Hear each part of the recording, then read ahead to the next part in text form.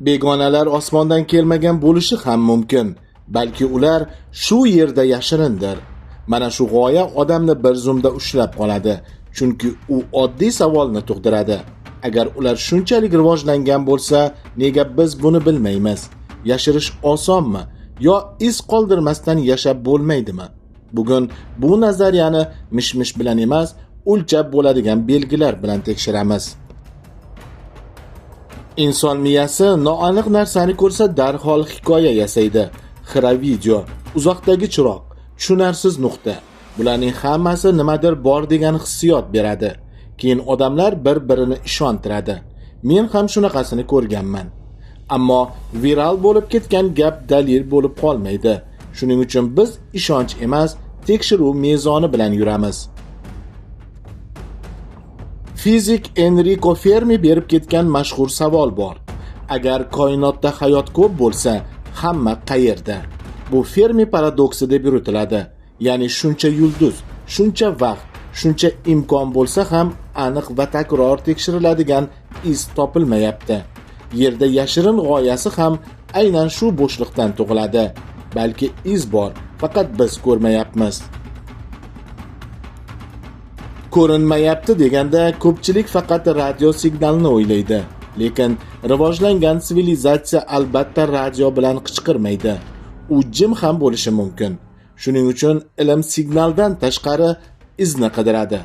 Energiya sarfi, issiqlik chiqindisi, g'alati kimyoviy belgilar. Bu yondashuv texnologik belgilar deb ataladi. Ya'ni texnologiya qoldiradigan izlar. Super rivojlangan deyish oson, lekin ilm buni energiya bilan o'lchashga urinadi. Qancha katta energiya ishlatsang, shuncha katta qurilma, shuncha katta chiqindi bo'ladi. Bu yerda eng oddiy fizika ishlaydi. Energiya yo'qolmaydi, faqat bir ko'rinishdan boshqasiga o'tadi. Demak, ultra rivojlangan bo'lsang, iz qoldirmaslik yanada qiyinlashadi. Har qanday katta texnologiya oxir-oqibat issiqlik chiqaradi. Zavod ham, server ham, transport ham. Eng aqlli tizim ham 100% bexato ishlamaydi. Baribir chiqindi issiqlik bo'ladi. Agar yerda juda katta yashirin kompleks bo'lsa, u atrof muhitga issiqlikni uzatadi. Bu issiqlik uzoq muddatda geofizik kuzatuvlarda ortiqcha bo'lib ko'rinishi kerak edi. Shuning uchun issiqlik bu nazariyaning birinchi sinovi.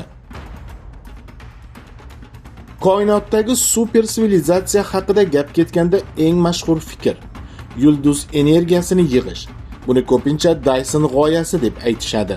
Muhim nuqta, yulduz energiyasini yig'ib ishlatsang, natija chiqindi issiqlik ham bo'ladi. Demak, bunday tizimlar odatda ko'zga ko'rinmas, lekin infraqizil issiqlikda yaltirab turishi mumkin. Olimlar bitta yulduzni kuzatib emas, millionlab yulduzlarni taqqoslab qidiradi. Infraqizil osmon xaritalarida oddiy yulduzdan ortiqcha issiqlik chiqaryapti degan nomzodlar ajratiladi. Lekin eng muhim qism shu.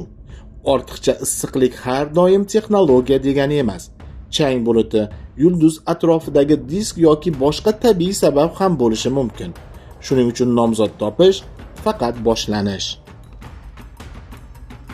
2024-yilda ayrim tadqiqotlarda juda osonli g'alati issiqlik beradigan obyektlar ajratilgani haqida gap tarqaldi. Odamlar buni darrov topildi deb qabul qildi. Ilm esa bunday paytda sovuqqon. Bu faqat tanlangan ro'yxat. Endi har birini alohida tekshiramiz deydi. Chunki tabiiy izohlar tugamaguncha begona degan so'z ishlatilmaydi. Sirli bo'lsa ham tartib shart. Yerda yashirin g'oyasi ko'pincha yer ostida baza tasvirini beradi. Lekin yer osti oson joy emas. Havoni aylantirish, suv, chiqindi, elektr, issiqlik hammasi muammo. Eng asosiy savol, ular qanday qilib issiqlikni tashqariga bilintirmay chiqaradi? Chunki yer ostida issiqlik to'planadi va baribir bir joydan chiqib ketadi. Demak, katta baza bo'lsa, atrofida geotermik g'alati zonalar paydo bo'lishi ehtimoli oshadi. Okean tubi juda katta va qorong'u. Ko'pchilik uchun yashirin joydek, lekin okean ham jim emas. Suv oqimlari, harorat, kimyo doim o'lchanadi. Agar tubda ulkan sanoat yoki baza bo'lsa, suvning mahalliy tarkibi, harorat o'zgarishi, g'alati metall izlari yoki shovqin ko'rinishi mumkin. Bugun insoniyat okeanni to'liq xaritalab bo'lgani yo'q, lekin hech qanday iz yo'q deyish ham qiyin. Bu yerda savol: iz bo'lsa, uni ushlaydigan tizim bormi? Katta texnika odatda shovqin qiladi. Dvigatel, nasos, rezonans, tebranish. Ular super, shuning uchun jim deyish mumkin. Lekin jimlik ham narx talab qiladi. Jim ishlash uchun ham energiya, material, maxsus texnologiya kerak bo'ladi. Bu esa yana issiqlik va material iziga olib keladi. Ya'ni yashirinlik izni yo'qotmaydi, faqat izni boshqa turga o'tkazadi. Shuning uchun mutlaqo jim ssenariy eng qiyinlaridan. Super sivilizatsiya bo'lsa, u albatta material ishlatadi. Qotishmalar, keramika, noyob elementlar, yuqori harorat texnologiyasi.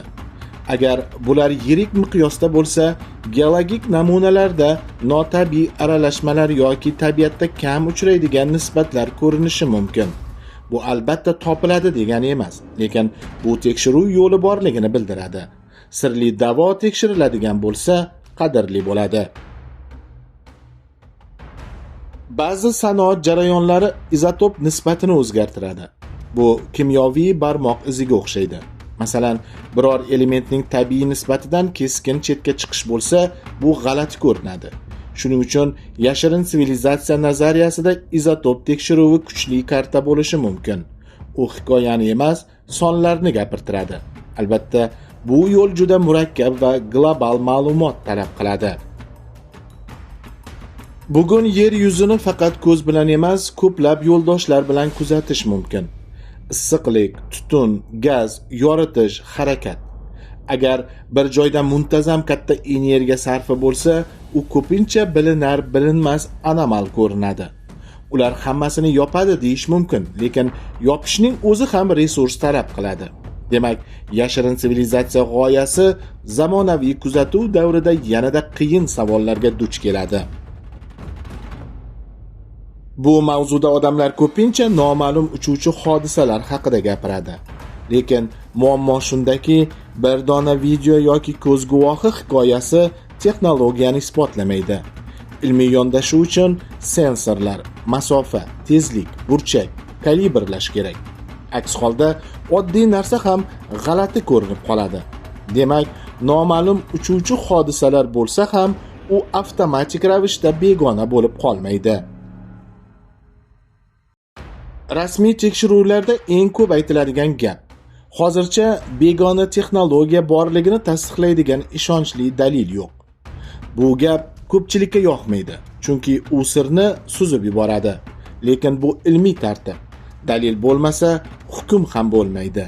Yashirin sivilizatsiya kabi ulkan da'vo uchun oddiy shubha yetmaydi. Mustaqil tekshiruvdan o'tadigan dalil kerak.